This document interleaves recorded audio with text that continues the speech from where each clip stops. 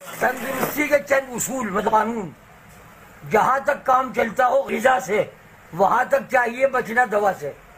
اگر تم کو لگے جاڑے میں سردی تو استعمال کرو انڈے کی سردی، جو ہو محسوس معدے میں گرانی تو چکھ لو 100 ادرک کا پانی۔ اگر خون کم بنے بلغم زیادہ تو کھا گاجر چنے شلغم زیادہ۔ جگر کے بل پہ ہے انسان جیتا، اگر کمزور جگر ہے کھا پپیتا۔ جگر میں ہو اگر گرمی دہی کھا، اگر آنتوں میں خشکی ہو تو گھی کھا۔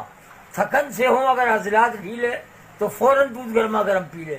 تو طاقت میں کمی ہوتی ہو محسوس تو مشری کی ڈلی ملتان کی چوس۔